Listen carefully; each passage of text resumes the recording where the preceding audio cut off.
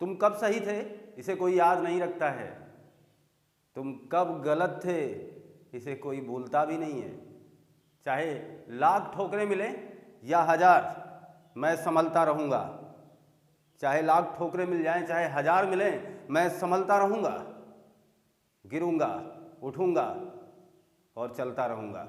इसी उद्देश्य, इसी अभिलाषा के साथ कि आप स्वस्थ हैं, खुशहाल हैं, मस्त हैं और हमारे साथ जुड़ करके अपनी तैयारी को एक निश्चित दिशा और एक निश्चित आयाम की तरफ ले जा रहे हैं, और आप कभी भी निष्फल नहीं होंगे। ऐसी अभिलाषा, ऐसी मनोकामना के साथ आज आपको जोड़ता हूँ एक बहुत ही महत्वपूर्ण कंटेंट में। जुड़िएगा वायुमंडल, जहाँ मैंने लिखा है वायुमंडल अब शुरू है।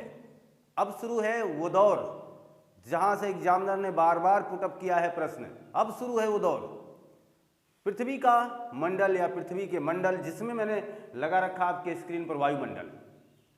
यहाँ से बनने वाले संगठन पर, यहाँ से बनने वाले इसकी संरचना पर, यहाँ से बनने वाले इसके विस्तार पर, यहाँ से पूछे जाने हर प्रश्नों के सार पर चर्चा होगी हमारे साथ। बने रहिएगा हमारे साथ पूरे मनोवेग से। और अब देखिएगा जरा, पृथ्वी के मंडल में वायुमंडल किसे कहेंगे। सबसे पहले हम अपने एटमॉस्फेयर की बात करेंगे। एटमॉस्फेयर यानी पृथ्वी का वायुमंडल क्या होता है, इसका दायरा क्या है, इसका विस्तार कितना है। देखना, मैं अगर कहूँ किसी भी ग्रह के पूरी बात लिखूंगा, ग्रह के चारों ओर या प्रत्येक तरफ, कुछ भी कह लें आप, चारों ओर गैसीय आवरण जो होता है, ग्रह के चारों ओर गैसीय आवरण, ये क्या होता है, वायुमंडल होता है, जिसे आप एटमॉस्फेयर कहते हैं। बहरहाल हमें अन्य किसी ग्रहों से कोई ताल्लुकात नहीं रखना है। कहाँ का वायुमंडल कैसा है, ये मैंने आपको ग्रह संबंधी महत्वपूर्ण जानकारियों में, महत्वपूर्ण एपिसोडों में प्रसारित कर चुका हूँ। आप बैक जाकर के अपने जियोग्राफी के प्लेलिस्ट में बहुत कुछ जान सकते हैं। आपकी मनोकामना जहाँ बनेगी वो मैंने प्रोवाइड करा दिया है। देखिएगा जरा, तो ग्रह के चारों ओर का जो गैसीय आवरण है वायुमंडल है, परंतु हमारी पृथ्वी एक ग्रह है। इसका मतलब हुआ पृथ्वी के चारों तरफ, मान के चलिए ये हमारी पृथ्वी है, इसके चारों तरफ का जो गैसीय आवरण होगा वो हमारी पृथ्वी का क्या कहलाएगा, वायुमंडल कहलाएगा।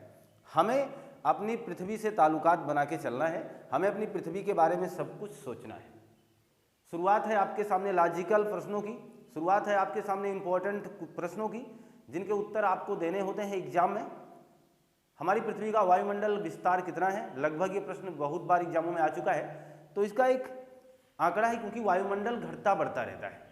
परिस्थितियों के अनुसार वायुमंडल में गिरावट और थोड़ा सा उसमें चढ़ाव आ सकता है, परंतु एक औसत जो मान है हमारी पृथ्वी के वायुमंडल का विस्तार कितना है, तो 10,000 किलोमीटर है। इस बात को भी अब इंगित करना शुरू करें, 10,000 किलोमीटर जिसका विस्तार है, 10,000 किलोमीटर विस्तार वाला ये वायुमंडल है। क्लियर बातें हैं, 10,000 किलोमीटर विस्तार वाला ये वायुमंडल है। वायुमंडल के ऊपरी परत को क्या कहते हैं, वायुमंडल की निचली परत को क्या कहते हैं, ऐसे बहुत ही महत्वपूर्ण प्रश्नों के साथ मैं जुड़ा हूं।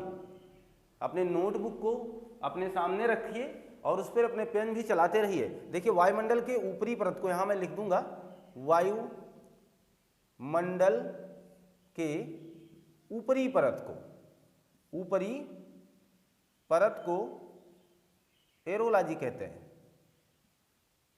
एरोलॉजी कहते हैं, जिसका तात्पर्य है वायु विज्ञान से, वायु विज्ञान। क्लियर, ये पहली पॉइंट हो गई। यहां से शुरुआत है आपके महत्वपूर्ण प्रश्नों का। अगला देखिएगा, वायुमंडल के निचली परत को क्या कहते हैं, वायुमंडल के निचली परत को मेटेरोलॉजी कहते हैं, जिसका मतलब होता है ऋतु विज्ञान।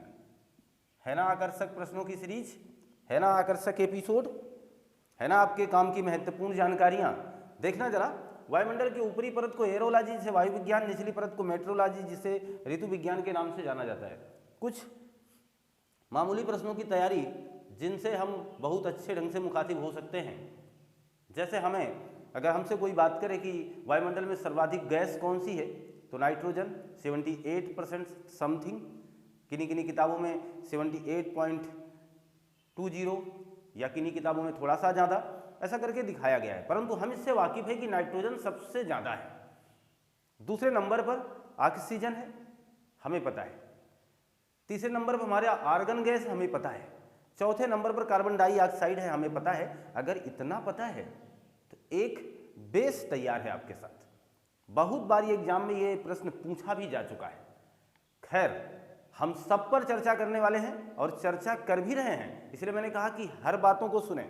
ये ना सोचे कि मैं बोल रहा हूँ, बोलने का मतलब सब कुछ आपके लिए तो बोल रहा हूँ ना, ये सारी बातें तो इंपॉर्टेंट है ना आपके लिए। फिर देखिएगा, यहाँ तक की बातें अगर आपको क्लियर कर चुका हूँ, वायुमंडल की ऊपरी परत और निचली परत के महत्वपूर्ण प्रश्नों के साथ मैं जहाँ इस कक्षा का आज आगाज कर रहा हूँ, जहाँ इस पर बना हुआ हूँ, वहाँ मैं एक मामूली प्रश्न आपके साथ शेयर भी कर देता हूँ। जैसे जहाँ तक आपको जानकारी है इसकी 78.08% ये है आपका नाइट्रोजन।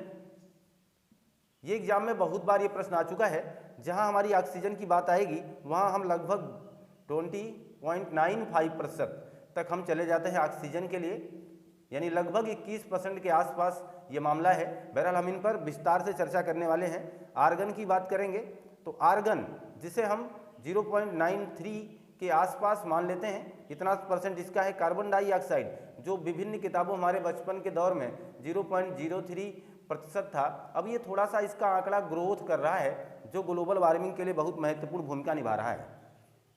तो हम संबंधित इन 4 गैसों को जानेंगे। इसके बाद अन्य जो गैसें हैं सबके बारे में चर्चा होगी, परंतु अन्य जो गैसें हैं वो 0.04% के दायरे में ही सिमट जाती हैं, जिसमें तमाम अक्रिय गैस आती हैं, तमाम जिसे आप उत्कृष्ट गैस कहते हैं। उन सारी गैसों का प्रयोग कहाँ कहाँ किस किस बेस पर होता है, महत्वपूर्ण प्रश्नों को साझा किया जाएगा। ध्यान दीजिए। तो ये जो बातें रहीं, ये आपका बेस है। इससे आपका परिचय है कि आप पढ़ने वाले क्या हो, आप इस एपिसोड के माध्यम से जानने वाले क्या हो। ये जानकारी आपने हासिल की हुई है पहले से, मुझे पूरा विश्वास है। लेकिन अगर आप पहली बार ही मुखातिब हैं, किसी भी कंपटीशन एग्जाम की तैयारी पहली बार किसी शिद्दत से कर रहे हैं, दिल से कर रहे हैं, तो यार दिल से करो, पूरा मन लगा दो, पूरा जोर लगा दो। ये ना रहे कि कुछ छूट जाए। थोड़ी सी भी चूक बहुत बड़ी बन जाती है शिक्षा के मामले में, इस बात को ध्यान रखिएगा। अब हम बात करते हैं वायुमंडल की संरचना, यानी उसका संगठन कैसा है। ध्यान दें तो ये महत्वपूर्ण बात अब आपके सामने आएगी। वायुमंडल का संगठन, ये किसके किसके बूते हैं, यानी किसके किसके बल पर ये आधारित है, कौन कौन इसमें अपनी भूमिका अदा कर रहा है।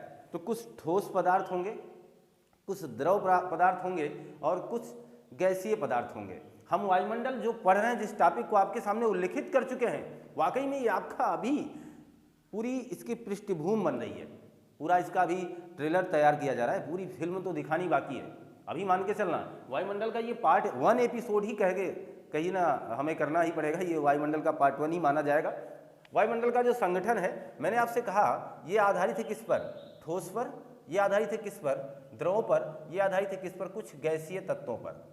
गैसीय तत्वों में जिसमें कुछ अस्थायी होंगे, कुछ अस्थायी होंगे। क्लियर बात मान के चलें, मैं इन पर विस्तार बात करूंगा। लेकिन ठोस तत्वों की सबसे पहले आपके स्क्रीन पर साझा करूंगा। हर महत्वपूर्ण प्रश्न पर बारीकी से चर्चा होगी। मैं किसी टॉपिक पर कूद कर जल्दी से नहीं जाऊंगा, मैं पहले समझूंगा फिर जाऊंगा। ये मनोकामना होनी चाहिए, ये इच्छा, ये लगन होनी चाहिए कि मैं अगर आज इस एपिसोड से, आज इस यूट्यूब चैनल के माध्यम से अगर कुछ देख रहा हूँ, कुछ जान रहा हूँ, तो कल मैं अपने भाई को बता सकता हूँ, कल मैं अपने दोस्तों को बता सकता हूँ, कल मैं अन्य लोगों को ये बता सकता हूँ। अगर ये एपिसोड अच्छे लगे तो मैं उनके पास भी शेयर कर सकता हूँ। ये सारी चीज़ें हमारे अंदर होनी चाहिए। मैं शेयर कर सकता हूँ, मैं सारी बातें अगर अच्छी लगेंगी फिर, और कोशिश हमारी है अच्छी लगे, आपको याद हो, आप सारी चीज़ों को सहजता से समझ पाएँ। ठोस, द्रव, गैस, इन्होंने वायुमंडल का निर्माण किया है। इस 10,000 किलोमीटर के दायरे का जो विस्तार है, इस पर इनके अपने अपने भाग है, अपने अपनी हिस्सेदारी है। ठोस की हिस्सेदारी है, द्रव की हिस्सेदारी है, गैस की हिस्सेदारी है, सबकी अपनी भूमिका है। किसी को हटाओगे नुकसान हो जाएगा, यानी बहुत बड़ा संगठन बेकार हो जाएगा। ठोस में देखिएगा, ठोस में क्या क्या आएगा। पहली बात तो मैं लिखूंगा धूल के कण, कोई बात नहीं, आप कहेंगे सर बहुत ही बात सही है आपकी। अगली बात लिखेंगे राख के कण, अगली बात लिखेंगे पराग के कण, यानी पराग कण। परागण तो आपने सुना ही सुना है, वो अभी वायुमंडल के माध्यम से जब हो रहा है तो उसके कण विद्यमान होंगे कि नहीं होंगे? होंगे, इसमें कोई दो राय नहीं है। तो धूल के कण, राख के कण, पराग कण, उल्का कण, ये सारी चीजें, उल्का कण और फिर सूक्ष्म जीवों का संसार। सूक्ष्म जीव भी यहाँ अपनी जीविका का निर्वहन अच्छे ढंग से कर पा रहे हैं। सूक्ष्म जीवों को बिल्कुल हल्के में नहीं लेना हम लोगों को। सूक्ष्म जीव तो वो जीव हैं जो बहुत बड़ी संरचना को, बहुत बड़ी विस्तार इस पृथ्वी को समूल नाश की कगार पर पहुंचा सकते हैं, या ये कहें कि मिटा सकते हैं मेरी हस्ती। ये ऐसे होते हैं, इनके नाम बड़े छोटे हैं लेकिन काम बहुत ऊंचे हैं। आपने कोविड वायरस का नाम तो सुना होगा। कोविड वायरस ने एक समय सबको डगमगा दिया है। वो भी तो एक सूक्ष्म जीव ही है, राजा है वो, कभी सजीव तो कभी निर्जीव, जैसा देश वैसा भेष, वैसा वो काम करता है। तो उन्हीं सूक्ष्म जीवों से हमारा वायुमंडल, इसमें ये धूल के कण, राख के कण, पराग के कण, उल्का कण, ये सब हैं। यहाँ पर देखना जरा, इनका जो काम है, इनको जो महत्व है, तथा इनको सम्मिलित रूप से क्या कहते हैं? इनको सम्मिलित रूप से एरोसोस कहा जाता है। सोस कहा जाता है सम्मिलित रूप से, यानी इन सबको मिला करके, इन ठोस कणों को मिला करके एरोसोस की संज्ञा दे दी जाएगी। महत्व क्या है इनका, इनका उपयोग क्या होगा, ये बात जान लें। देखना, महत्व हमारे वायुमंडल में इनका क्या है। आप एक बात समझिए, मैं मान के चलूं कि आप इतने जरूर दिमाग लगाएंगे, ये तो आपके धूल के कण है। इन्होंने जलवाष्प का क्या कर लिया? अवशोषण कर लिया। जलवाष्प का अवशोषण किया। क्लियर है? कोई दिक्कत नहीं है, तो कर सकते हैं अवशोषण। तो जलवाष्प जब अवशोषित हो जाएंगे, कुछ इस तरीके से इस पर आ जाएंगे, इन तमाम प्रकार की चीज़ों पर, इन कणों पर अवशोषण हो जाएगा इनका। तो ये जब अवशोषित हो जाएंगे तो एक प्रकार की ये क्या बना देंगे? वर्षा की बूंद बना देंगे, और वही आपकी बरसात के रूप में आपके धरातल पर आएगी। आप सोचो, अप्रत्यक्ष रूप से जिसे हम एक छोटी संरचना मान रहे थे, ये तो हमारी जिंदगी निकले। जिन्हें हम बहुत ही मामूली हिस्सा मान रहे थे, ये तो हमारे लिए ही जीवनदायी निकले कि नहीं निकले? वर्षा नहीं होगी तो फिर क्या होगा, आपको पता है। तो जलवाष्प का अवशोषण, वर्षा की बूंदों का निर्माण, देखना हमारे धूल के कण ने कर दिया है। किया है कि नहीं किया है? क्या इतना ही काम इनका है? नहीं बाबा, अभी और भी काम है। देखना, प्रकाश का जो परिकिरण होता है, प्रकाश का परिकिरण, सारी बातों को याद रखिएगा, हर प्रश्न आपके एग्जाम के दृष्टिकोण से महत्वपूर्ण होने वाला है। प्रकाश का परिकिरण यानी प्रकाश का बिखराव, प्रकाश का परिकिरण यानी प्रकाश का बिखराव, जिम्मेदारी लेता ही ये धूल का कण, जिम्मेदारी उठाता ही ये कण। आप सोचोगे कैसे? आप से प्रश्न पूछा गया, अंतरिक्ष से आसमान का रंग कैसा होता है? तो जवाब हमारा हुआ काला होता है। जबकि अगर हमसे पूछा गया कि आसमान का रंग हमें नीला क्यों दिखता है, इसका मतलब नीला है नहीं तो फिर एग्जामिनर ये ना कहता कि क्यों दिखता है। अरे है तो दिखता है यार, लेकिन क्यों दिखता है, इसका मतलब जो है, जो दिखता है वो है नहीं वो। तो नीला क्यों दिखता है हमें? नीला दिखता है परिकिरण के कारण। सूर्योदय और सूर्यास्त के समय सूर्य लाल हमें दिखता है तो परिकिरण के कारण। समुद्र का रंग हमें नीला दिखता है तो किसके कारण? परिकिरण के कारण। ये जो परिकिरण जैसी महत्वपूर्ण घटना है, जिसमें आपने ये सारी बात जाना है, आसमान का नीला होना, आसमान का नीला होना, ये वायुमंडल के किस संगठन की व्याख्या कर रहा है? तो कहना ठोसीय संगठन की। आसमान का नीला होना, यहां तक की बात आप समझ रहे हैं। मेरे हिसाब से ये जो प्रकाश का परिकिरण है, ये तो आपका एक प्रकाश का चैप्टर एपिसोड मैं प्रोवाइड करा चुका हूं। बहरहाल फिर से यहां जो बात मैं कर रहा हूं, वाकई में आसमान का नीला होना, प्रश्न देखना कैसे होगा। आसमान का नीला होना निम्नलिखित में से किस संगठन के व्याख्या करता है, या किस संगठन की तो मतलब विस्तार में है, या किस संगठन के बारे में अभिप्राय में है? तो कहिए आसमान का नीला होना वायुमंडल के ठोसीय संगठन की व्याख्या कर रहा है, या इसकी जिम्मेवारी पर है। आसमान का नीला हो जाना सूर्योदय एवं सूर्यास्त के समय सूर्य का लाल दिखना, सूर्य का लाल दिखना, यह भी तो बात वही है ना भाई, यह भी तो वही बात हो जाएगी, कोई दिक्कत नहीं होगा। यहाँ तक की बात तो मेरे हिसाब से आप समझ पा रहे हैं बहुत ही बेहतरीन ढंग से। क्या हम इन एरोसोम्स को, क्या हम इन तत्वों को देख सकते हैं? जी हाँ, देख सकते हैं, परंतु उसमें भी प्योरिटी होगी, उसमें भी कुछ टारगेट होंगे। टारगेट ये कुछ एम होगा, कुछ तरीके होंगे, तब आप इसे देख पाएंगे। कैसे देख सकते हैं? इन्हें पहली बात तो नग्न आंखों से नहीं देख सकते हैं। अब लो, तो चश्मा कहाँ से लाएं? नग्न आंखों से ना देखने का मतलब क्या है कि ऐसे ही आप इन्हें नहीं देख पाओगे, परंतु हाँ, एक प्रभाव ऐसा है जिससे देख सकते हैं। वो प्रभाव क्या? अब आपकी रुचि बढ़ी होगी, आपकी बचपन में जोड़ूंगा, देखना, टिंडल प्रभाव। आपने बचपन में, अब तो ज़्यादा लोग ऐसा नहीं करते, बचपन में हम लोग के जो मकान या जो भी आपको पता है, एक छोटा सा अगर छिद्र किसी कमरे में हो, पूरा कमरा बंद हो, प्रकाश की किरण जब वहाँ से आती थी हम लोग उससे टच करते थे और उसमें देख पाते थे कि बहुत से कण आ रहे हैं, याद आया? और यह घटना हर व्यक्ति के साथ है, सबने इसे देखा होगा। टिंडल प्रभाव उसे ही कहते हैं जब किसी मकान में, मान के चलें ये आपका घर हो गया और इस मकान में कहीं एक छोटा सा छिद्र हो, इस छिद्र के माध्यम से प्रकाश किरण आ रही हो तो आप इसमें धूल के तमाम कणों को देख सकते हैं, जिसे हम टिंडल प्रभाव कहते हैं। तो हम इन्हें देख नहीं सकते, परंतु टिंडल प्रभाव के माध्यम से हम इन्हें देख पाते हैं। बने रहिए, बहुत ही महत्वपूर्ण टॉपिक के साथ जोड़ रखा हूं, आप इसका स्क्रीनशॉट लीजिए। तो मान के चलें कि आपने स्क्रीनशॉट ले लिया होगा। अब हम बात करते हैं, जहां हम वायुमंडल के संगठन की बात कर रहे हैं, जहां वायुमंडल के संगठन में ठोस तत्वों के बारे में थोड़ी बहुत जानकारी हासिल कर चुके हैं, अब हम बात करते हैं उसके दूसरे पार्ट यानी द्रव वाले हिस्से को। इसकी क्या भूमिका है, किस तरीके से ये उत्तरदायी है? देखना, वायुमंडल में जितना भी द्रव है, जितना भी द्रवीय मामला है, उसका 2% हिस्सा जलवाष्प का होता है, 2% हिस्सा जलवाष्प का। यानी इस बात को भी जाने रखें कि वायुमंडल में 2% हिस्सा, जितना भी द्रवीय भाग है उसमें 2% हिस्सा किसका है? जलवाष्प का है।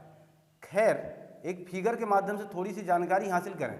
ये भूमध्य रेखा है, तो भूमध्य रेखा पर 4% जलवाष्प होता है लगभग, और ध्रुवों पर 1%। यानी जानकारी क्या मिल गई आपको कि आप जैसे जैसे भूमध्य रेखा से ध्रुवों की तरफ जाएंगे तो आपको हमेशा, जैसे गुरुत्वाकर्षण बढ़ता था वैसे जलवाष्प का मान घटेगा। इस जानकारी को सेट करें माइंड में कि जैसे जैसे ऊपर जाएंगे तो जलवाष्प के स्तर में क्या आएगी? गिरावट आएगी। तो भूमध्य रेखा से ऊपर जाइए या नीचे आइए, मामला वही रहेगा, तो जलवाष्प के मामले में गिरावट आ जाएगी। इस द्रव वाले हिस्से से क्या आएगा? आप ये जिम्मेदारी किसकी है तो आप यहाँ जान देना, वर्षा हो जाए, द्रव वाला हिस्सा क्या करा सकता है? वर्षा, कुहरा और झंझावत, ये सारी चीजें किसकी जिम्मेवारी पर है? द्रवीय भाग पर। यानी अगर वर्षा हो रही है इसकी भूमिका है, कुहरा हो रहा है फिर भी भूमिका है, झंझावात आ रहे हैं, तड़ित झंझावात जिसे आप कहते हैं, अगर ये सारी बातें हो रही हैं, आपके वायुमंडल में संरचना बन रही है, तो पक्की बात है कि यह इसके द्रवभूत मामले की जिम्मेदारी पर है ना? तो इसका भी रोल आपको समझ में आ गया होगा। अब देखना, हमारे वायुमंडल के संगठन में सबसे महत्वपूर्ण भूमिका किसकी है, और जहां से सबसे ज्यादा प्रश्न पूछे भी गए हैं, तो सबसे महत्वपूर्ण भूमिका की अगर बात आएगी तो इस तरीके से आप इसे जानेंगे। सबसे महत्वपूर्ण भूमिका किसकी होती है? तो गैसों की होती है। इसीलिए आपने ठोस, द्रव, वायुमंडल के संगठन को 3 भागों में समझा, एक ठोस, एक द्रव और एक गैस। सच पूछो तो आपका जो पृथ्वी का मंडल है वो 4 भागों में पढ़ा जाता है, कुछ इस तरीके से। इन सारी बातों पर चर्चा हो चुकी है, स्थल मंडल, जल मंडल, वायुमंडल और इनके संक्रमण एरिए को, जहां पर जीवन संभव है, इन सब के माध्यम से उसे ही क्या कहा जाता है? जैव मंडल कहा जाता है, जिसमें हम सब शामिल हैं। क्लियर है बात ना? तो ये तो आपको पता ही है, तो बेसिक चीजें हैं कि हम इन बातों से भली भांति वाकिफ हैं। हम लोग अपने महत्वपूर्ण प्रश्नों की एक बेहतरीन संरचना, एक बेहतरीन नोटबुक बना रहे हैं। अपने मस्तिष्क में ये सारी बातें इस तरीके से समाहित कर रहे हैं, जिन जरूरी लम्हों को हमें जानना है उनको मैं आप तक प्रोवाइड कर रहा हूँ। इस बात को ध्यान में अब क्लियर कट बात समझें तो सबसे महत्वपूर्ण भूमिका किसकी है? तो गैसों की है। इन गैसों में कौन क्या है, कौन अस्थाई है और कौन अस्थाई है, पहले इन बातों को समझ लेते हैं। तो इसमें ध्यान देना, अगर अस्थाई गैसों की बात आएगी, अस्थाई गैसों की बात आए तो ध्यान देना, इसमें बहुत ही आसान बात है, आप याद कर सकते हैं। एक तो नाइट्रोजन और एक तो आपका ऑक्सीजन और एक तो आपका आर्गन है। ये आपके अस्थाई हैं, ये आपके क्या हैं? अस्थाई हैं। और इनकी भूमिका है 78.02%, या किन्हीं किन्हीं बुकों में ये 08% भी लिखा गया है, तो आप इस बात से वाकिफ रहें। ऑक्सीजन जो कि 20.95 लगभग समथिंग 21% के आसपास का दायरा बना रहा है, जो कि आर्गन हमारा 0.93% की भूमिका निभाता है। इन्हें हम अस्थाई गैस कहते हैं। वायुमंडल की अस्थाई गैसों में किन्हें रखा गया है? तो याद रखिएगा, नाइट्रोजन को, ऑक्सीजन को, आर्गन को। ये बहुत बड़ी भूमिका है, बहुत बड़े प्रश्न हैं ये। तो नाइट्रोजन, ऑक्सीजन, आर्गन अस्थाई हो गए।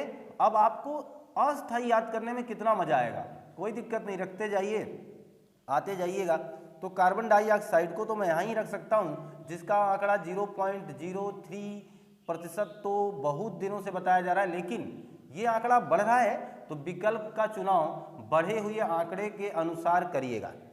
वैकल्पिक व्यवस्था, अपने उत्तर का चुनाव विकल्प में बढ़े हुए आंकड़े के अनुसार करने के लिए प्रयासरत रहिएगा, और करना ही चाहिए आपको, इस तरीके का जवाब देना चाहिए। अब देखिएगा, तो जहां हम कार्बन डाइऑक्साइड की बात कर लिए, वहीं हम ओजोन की बात करेंगे, वहीं हम मीथेन की बात करेंगे, वहीं हम हाइड्रोजन की बात करेंगे, वहीं हम हीलियम की भी बात करेंगे, वहीं हम महत्वपूर्ण अक्रिय गैस क्रिप्टॉन की बात करेंगे, वहीं हम जीनान की बात करने वाले हैं, वहीं हम आर्गन की बात करने वाले हैं, और इन सब के महत्वों को भी समझने वाले हैं। ये सारी चीज़ें कहाँ हैं, क्यों हैं? रेडान भारी गैस है तो कहाँ है? गैसों के बारे में बात होगी अब, क्योंकि अब ये शुरुआत है, अब ये प्लेटफॉर्म बन चुका है कि हम प्रश्न कहाँ से लाने वाले हैं। कौन सी गैस को वायुयान के टायरों में भरा जाएगा और कौन सी गैस को विद्युत बल्ब में भरा जाएगा, ये सब जैसा जैसा किया जाएगा, ये सारे प्रश्न उत्तर अब आपके सामने आने वाले हैं। इसकी पृष्ठभूमि, इसकी संरचना हम बना चुके हैं, इसकी तैयारी के लिए एक महत्वपूर्ण प्लेटफॉर्म सजा चुके हैं। हम आज मात्र इस वायुमंडल की संरचना और इन तमाम प्रकार की बातों में आपको उलझाया नहीं है, हमने सुलझाने का सारा प्रयोग किया हमने कि किस तरीके से इस महत्वपूर्ण हिस्सों को सुलझाया जाए, किस तरीके से इस महत्वपूर्ण अभिप्राय पर अपनी चर्चा बनाई जाए। इस बात से मैं वाकिफ रहा, आपको जोड़े रखा। देखना, अब फिलहाल मैं एक थोड़ा सा आपको रिकैप देता हूँ। रिकैप ये कि आपको जितना बोला गया, ये 5 मिनट का एक रिकैप लीजिए। रिकैप ये था कि हम लोग पृथ्वी के मंडल के बारे में जानना चाहे तो हमें पता चला कि पृथ्वी के 4 प्रकार के महत्वपूर्ण मंडल होते हैं, जिन्हें हमें पढ़ना समझना होता है, जिसमें हम अपनी एक जिम्मेवारी देते हैं स्थल मंडल को, एक जिम्मेदारी देते हैं जल मंडल को, एक जिम्मेदारी देते हैं वायुमंडल को, तथा इनका जो संक्रमण एरिया है जहां हमारा जीवन है, इन सब की मदद से है। कोई दिक्कत तो नहीं ना?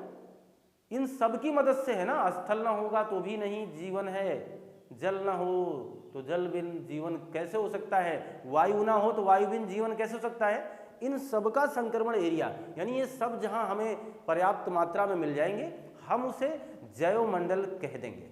क्लियर बात? तो जैवमंडल यानी 4 प्रकार के मंडलों को पढ़ना समझना जानना है, जिसमें एक आपके स्क्रीन पर साझा किया गया वायुमंडल, उसकी केवल संरचना, उसके केवल बनावट पर, उसके केवल ट्रेलर पर हमने आज बात की है।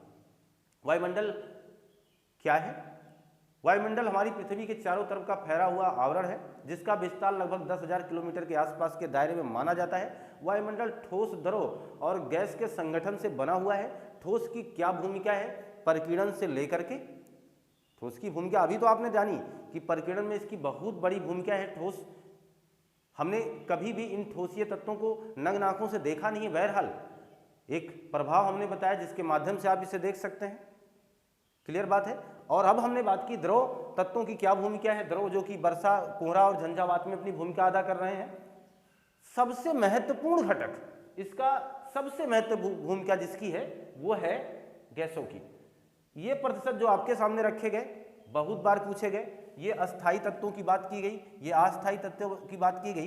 तो अस्थायी और अस्थायी गैसों में भी आपसे प्रश्न पूछे जाते रहे हैं और पूछे जाएंगे भी।